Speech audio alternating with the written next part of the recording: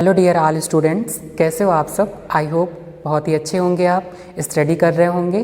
तो जो भी हम आज का वीडियो बना रहे हैं ये आपके टॉपिक से रिलेटेड ही बना रहे हैं और ये जो टॉपिक आज पूरा का पूरा लेवरेट किया जाएगा diploma in pharmacy first year के लिए, सेकेंड ईयर के लिए और बीएससी नर्सिंग के लिए, जीएनएम एएनएम जो भी कोर्स अप्लाई कर रहे हैं, पैरामेडिकल्स, उन लोगों के लिए बहुत ही ज़्यादा हेल्पफुल होने वाला है। क्योंकि आज का जो मेरा टॉपिक है बहुत इंपॉर्टेंट टॉपिक है और इसे आई होप ये आपको बहुत ही ज़्यादा आपके सिलेबस से और आपकी पढ़ाई से ज़्यादा हेल्पफुल होने वाला है।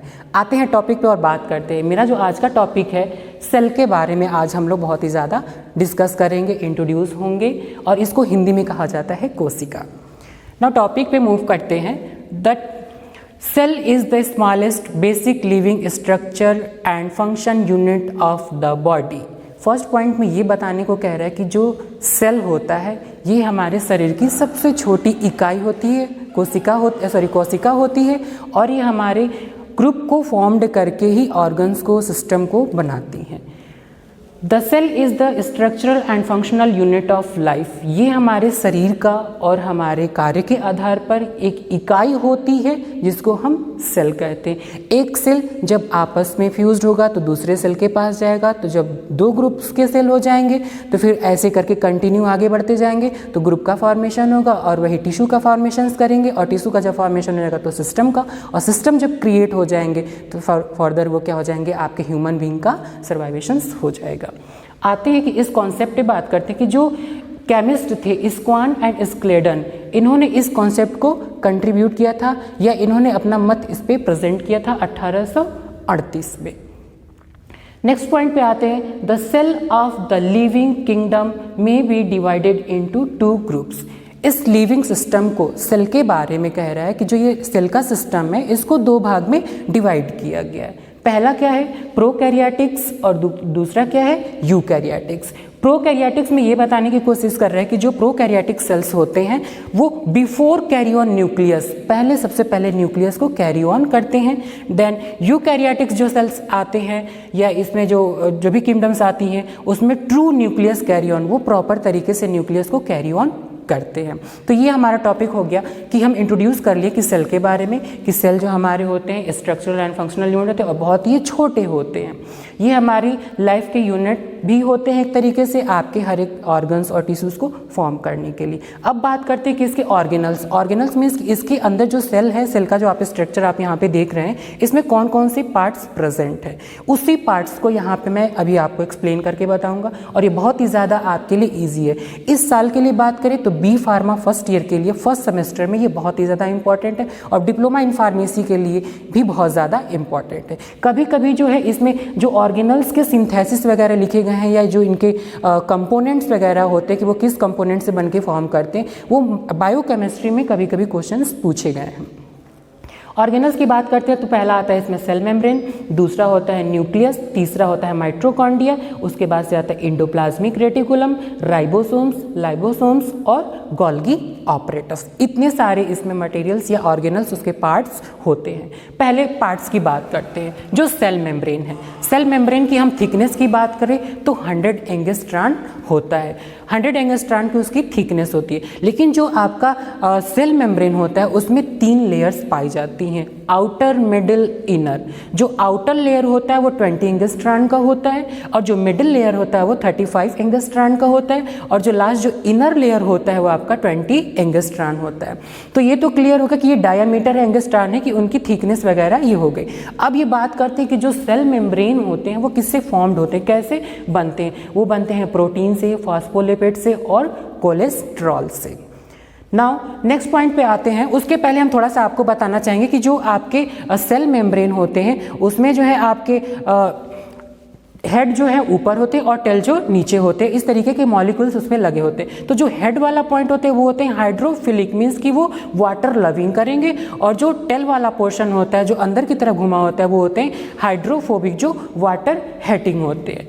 सेकेंड पॉइंट पे आते हैं, इसमें लिखा हुआ है न्यूक्लियस। न्यूक्लियस के बारे में हम बताना चाहेंगे कि आपका जो पूरा का पूरा सेल है वो सेंटर में प्रेजेंट होता है न्यूक्लियस। ये सबसे हैवीएस्ट मटेरियल होता है इसका सेल का, ये सबसे भारी मटेरियल होता है सेल का।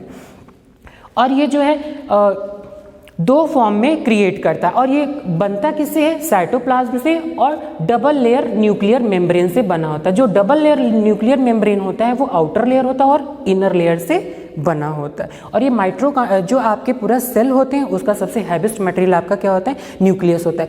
इसलिए क्योंकि इसमें जेनेटिक मटेरियल्स भी होते हैं जो एक जगह से दूसरे जगह ट्रांसफर को करते हैं और अपने जेनेटिक क्रोमोसोम्स के साथ इसी में न्यूक्लियस में ही पाए जाते हैं। क्योंकि इसके अंदर इसका कार्य देखा जाए तो डीएनए का फॉर्मेशन हो गया और जो आपके जेनेटिक मटेरियल होते हैं उनको ट्रांसफॉर्मेशन करने का काम करते हैं। जो आपका जनरेशन है उसको आगे बढ़ाने का ही काम करते हैं। वो सारे के सारे मटेरियल्स आपके डीएनए में पाए जाते हैं जो प्रोटीन की सिंथेसिस के लिए बहुत ही ज़्यादा इंपॉर्टेंट होते हैं। नेक्स्ट पॉइंट पे आते हैं माइटोकॉन्ड्रिया। भैया माइटोकॉन्ड्रिया इसको बोला गया है कि लार्जेस्ट कंपोनेंट ऑफ साइटोप्लाज्म, ये सबसे ज़्यादा जो है लार्जेस्ट कंपोनेंट होता है साइटोप्लाज्म ऑफ सेल का और ये जो है पूरा का पूरा प्रोटीन और लिपिड्स एंड फॉस्फोलिपिड्स का बना होता है। अब इसकी बात करें तो जो एक सेल होते हैं उसमें 50 से लेकर के 2500 माइटोकॉन्ड्रिया जो है प्रेजेंट होते हैं। उसका काम क्या होता है, power house of the cell. Power house of the cell इसलिए कहते हैं कि जो इसके अंदर जो मटेरियल्स होते हैं, जो इसमें मैट्रिक्स डीएनए के अंदर जो माइटोकॉन्ड्रिया के अंदर डीएनए मैट्रिक्स प्रेजेंट होते हैं वो बहुत ही ज़्यादा जटिल होते हैं और वो एनर्जी के रूप में एटीपी के रूप में वो सिंथेसिस करते हैं जिसको हम लोग बोलते हैं एडिनोट्राइफॉस्फेट। इसीलिए इसको हम लोग बोलते हैं कि power house of the cell, क्योंकि ये एनर्जी के रूप में आपको जो है टिश्यूज़ को, सेल को सारी चीज़ें प्रोवाइड कराते रहते हैं। नेक्स्ट पॉइंट पे आते हैं इंडोप्लाज्मिक रेटिकुलम। ये भी क्या है, एक ऑर्गेनल्स है जो आपके सेल में प्रेजेंट होते हैं। इंडोप्लाज्मिक रेटिकुलम को शॉर्ट फॉर्म में ईआर से प्रेजेंट किया जाता है। इसमें एक पॉइंट लिखा गया कि डिटॉक्सिफिकेशन ऑफ सम ड्रग्स, ये जो है डिटॉक्सिफिकेशंस करता है। डिटॉक्सिफिकेशंस मतलब ये होता है कि विष हरण, कोई भी ड्रग्स है, कोई भी मॉलिक्यूल्स है जो आपकी बॉडी में प्रेजेंट है या सेल में प्रेजेंट है तो उसको विष हरण की तरह वो काम करेगा, उसको एब्जॉर्ब करने का काम करेगा और कोई आपकी बॉडी में साइड इफेक्ट नहीं होने देगा, चाहे वो आपके ड्रग मॉलिक्यूल हो चाहे वो आपके अदर मॉलिक्यूल। ये दो प्रकार के होते हैं, स्मूथ इंडोप्लाज्मिक रेटिकुलम और आपके rough endoplasmic reticulums.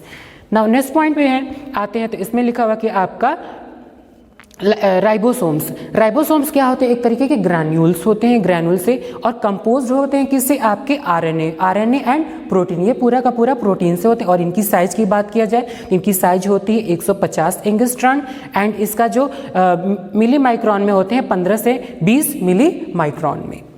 Next point पे आते हैं लाइसोसोम। लाइसोसोम जो होते हैं प्रेजेंट होते हैं बिटवीन माइक्रोसोम्स एंड माइटोकॉन्ड्रिया। ये उनके बीच में ये प्रेजेंट होते हैं और ये क्या करते हैं, डाइजेशंस का काम करते हैं, उस सब्सटेंस का काम करते हैं जो इंटरिंग, जो सेल में कोई मॉलिक्यूल ऐसा कुछ चला गया है जो आपके पॉइजनस की तरह काम कर रहा है, इन्फेक्शंस की तरह काम कर रहा है या माइक्रोबियल इन्फेक्शन हो गया, वहाँ पे उस सेल को ये ऑटोलिसिस, सेल को ही सेल को खाने का काम करता है तो उसे ही प्रोसेस को बोला गया ऑटोलिसिस। लास्ट पॉइंट पे आते हैं गोल्गी ऑपरेटस। गोल्गी ऑपरेटस जो है सिंथेसाइज करता है किस चीज़ का, प्रोटीन का, और एक्सपोर्ट प्रोटीन की सिंथेसिस करता है जो आपके सेल की ग्रोथ के लिए बहुत ही ज़्यादा इंपॉर्टेंट होते हैं और प्रोटीन की तरह आपके बॉडी में काम करते हैं। आई होप जो हमने आपको टॉपिक ये डिस्कस करके बताया है बहुत ही ज़्यादा आपको हेल्पफुल होने वाला है और जो ये टॉपिक है बी फार्म के लिए, जीएनएम के लिए, एएनएम के लिए, पैरामेडिकल कोर्सेज के लिए बहुत ही ज़्यादा इंपॉर्टेंट है। आई होप ये बहुत ही अच्छा आपको लगा होगा और मैं कोशिश करूंगा कि आपको और भी ज़्यादा जो है वीडियोस मिलते रहें और भी बहुत सारे टॉपिक्स को मैं आपको एक्सप्लेन करके दूंगा। मेरी वीडियो को आप लोग लाइक करते रहें, सब्सक्राइब करते रहें और जब आप बहुत ही अच्छा लग रहा है तो शेयर करें, कमेंट्स करें। Thank you.